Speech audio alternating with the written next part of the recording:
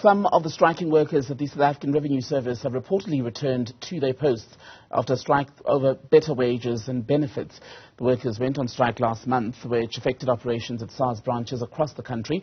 Let's get an update now from Claude Naicker, who is with the Public Servants Association. Claude, afternoon to you. Welcome to Daytime Update. How many of your members have now gone back to their posts? Well, basically, whilst they were on strike for, very good afternoon to you, whilst they were on strike for almost 2 weeks, the employer called us back and said that they want to revise their offer.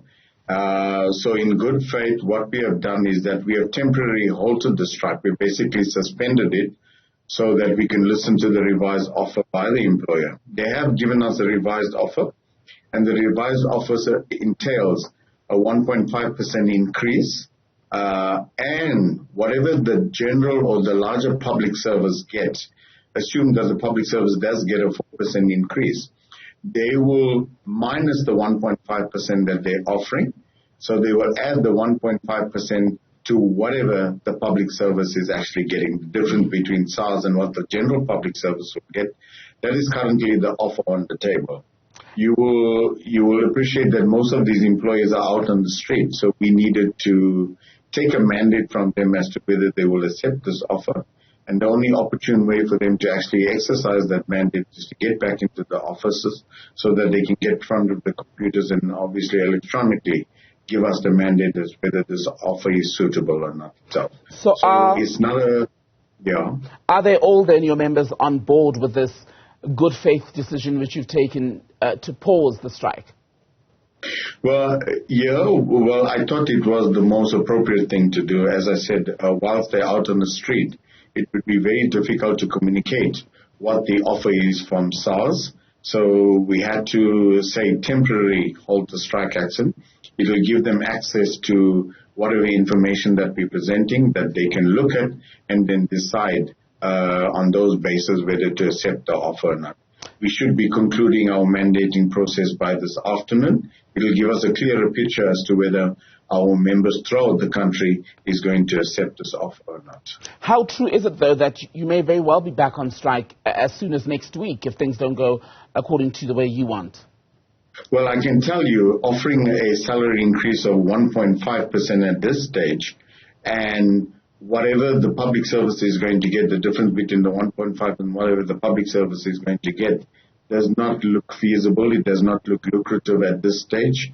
The public service salary negotiations, we are also, from the PSA side, we are at the deadlock at the moment because they've only offered 2% across the board at this stage itself.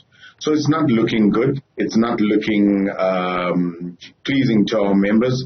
There is a great possibility that come by the end of today, that if the mandate is rejected, that we possibly will be back on the street itself. I was looking at a piece by Fin24, and they were saying that while most of your members have now gone back to work, Nehawu, is it? Yes, these are Nehawu members who are still on strike. What does that split mean for the trade union bargaining power in these discussions? From what I gather from the news flashes, that was received by our sister union Nehawu. They went on a one-day sort of a picketing campaigning yesterday, but majority of them are, not majority, all of them are back at work itself. So it was just yesterday that they decided to show some sort of strike action or go on industrial action. It was in the form of a picketing, a staging protest outside the various SARS offices. But they are in unison with us. And I think come at the end of the day, they will also reject the offer that's presented by the employer. I think members are very unhappy as well because you would recall that the employer hasn't implemented the 2021 salary agreement. We had a 3-year salary agreement in place. They paid the 2019-2020 financial years. They have paid 2021. They haven't committed to the agreement. They haven't paid the full salary increase. So SARS employees are basically getting the backlash as far as the salary increase are concerned.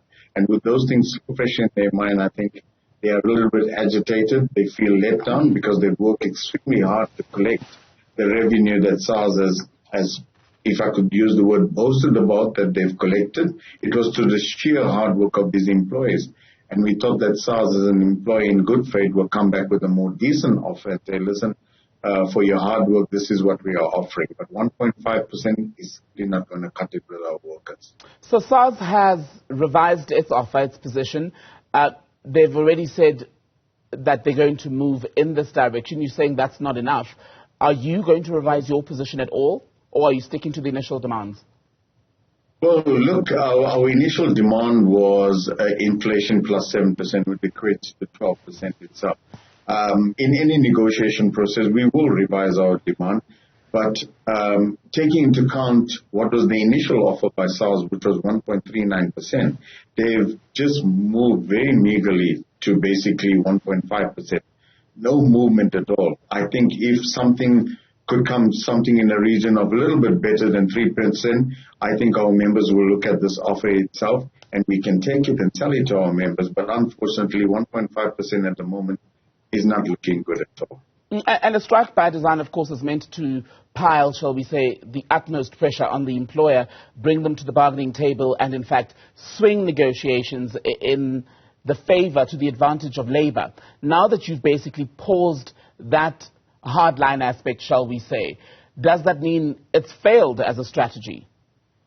Not necessarily. I think in any negotiation that takes place itself, I think parties have to show good faith. And one of the aspects that we showed good faith in, where the employee said, listen, come to the table. Are you willing to temporarily suspend the strike action in order for you to negotiate? And we did that in anticipation that the offer would be much better than 1.5%. This hasn't happened. Excuse me. This has agitated our members more to say, listen, we've halted the strike action, but you've come back with such a poor response as far as 1.5% is concerned. Remember, it's tax filing season now, so it's peak season for SARS itself. So any given time during this period, any strike action is going to be detrimental to the employer. Remember the borders as well, which was severely affected because our members went on strike action, where we saw there's long queues at the border controls. SARS had to employ temporary workers who do not have the necessary capacity to handle these cargo. We've been led to believe as well, because they didn't have the necessary capacity to handle this cargo, illicit goods were transported through the border gates itself. Right. Inspection was not done in terms of the quality control, in terms of the set-down procedures. This caused more problems. And I think that led to a little bit of pressure on the employer to say, listen, let us look at the revised offer, and that's when they called us back to the table itself. I think come this afternoon, if the mandate is negative, the PSA will surely, with the support of his members, will definitely be going back to the street to put more pressure on the employees. Finally then, you've been very critical as the PSA of the posture of management at SARS in these negotiations. There was specifically pointed criticism of the Commissioner, Edward Kieswetter. Has that been addressed? Is it fixed now?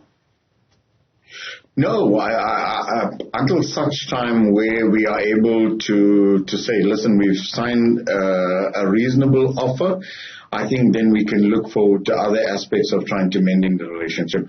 I think the arrogance displayed by the Commissioner, say they can strike as long as they want to, I think really fueled the anger by the people that are on there. Remember, they've been on strike action for almost 2 weeks.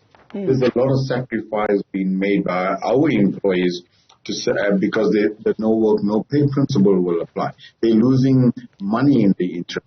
And in the face of this, to say to them, you can strike as long as you can, I think that was really insensitive by the Commissioner. You'd also made a direct plea, didn't you, to the President for some sort of intervention, and the reporting then was that you wanted a 12% salary increase with a deadline for August 1st for a response. Have you heard from the Presidency? No, we have not heard from the President. We handed in the memorandum in front of the union buildings last week. We were hoping that we would get intervention. We're also sensitive to the economic situation that the country is facing. We'd like to come to an agreement as quickly as possible so that everybody at the end of the day might not satisfy us totally, but we could come to some compromise. But the attitude of the employer at this stage, I don't think we're close enough to one another to say, listen, yes, we can settle on these figures or not. Claude Naicker, good to speak to you from the Public Servants Association. Thank you.